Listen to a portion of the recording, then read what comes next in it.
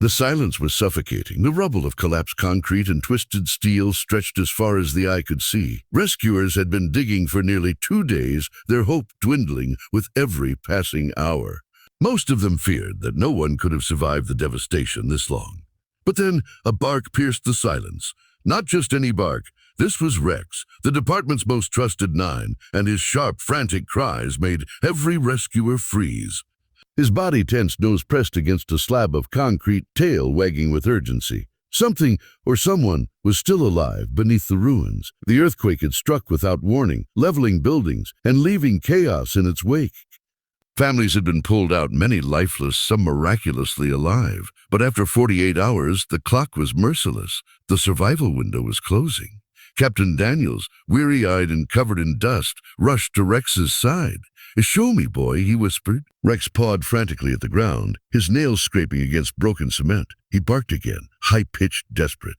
Rescuers dropped their tools and gathered around, adrenaline surging through tired bodies. "Now get the equipment. Someone's down there," one shouted. They began to dig, hands trembling, tools clanging. Every move was delicate. One wrong strike could cause another collapse. The air was thick with dust and fear. Hours of exhaustion bore down on them, but Rex refused to give up. He stayed at the spot, whining softly between barks as though begging them not to stop. Please, please let there be someone," whispered Maria, a young medic who had already seen too many lives lost that week. The rubble was unforgiving. Metal rods bent like claws blocked their way. Concrete slabs weighed hundreds of pounds. But still they pushed on, sweat pouring, hearts pounding. Finally, a faint sound. At first it was mistaken for shifting debris. But then it came again. A voice, weak, fragile. "Help me, the rescuers froze." Maria's eyes filled with tears. "They're alive," she screamed. The team worked with renewed energy.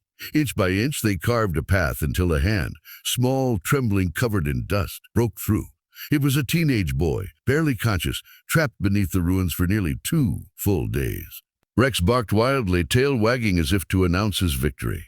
The rescuers cheered, some sobbing openly. When the boy was pulled free, Maria knelt beside him, pressing an oxygen mask to his face. His lips trembled as he whispered, "Thank you." His hand reached out, not for the rescuers, but for Rex.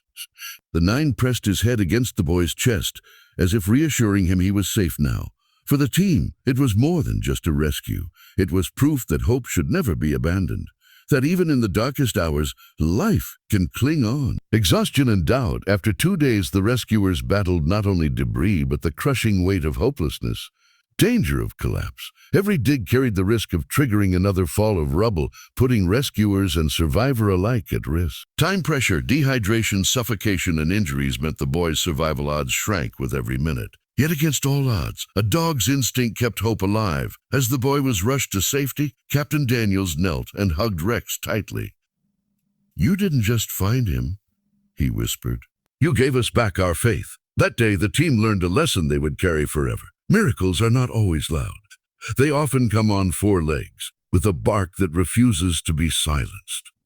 And in the ruins of despair, 1-9 reminded everyone that as long as there is hope, there is always a chance for life.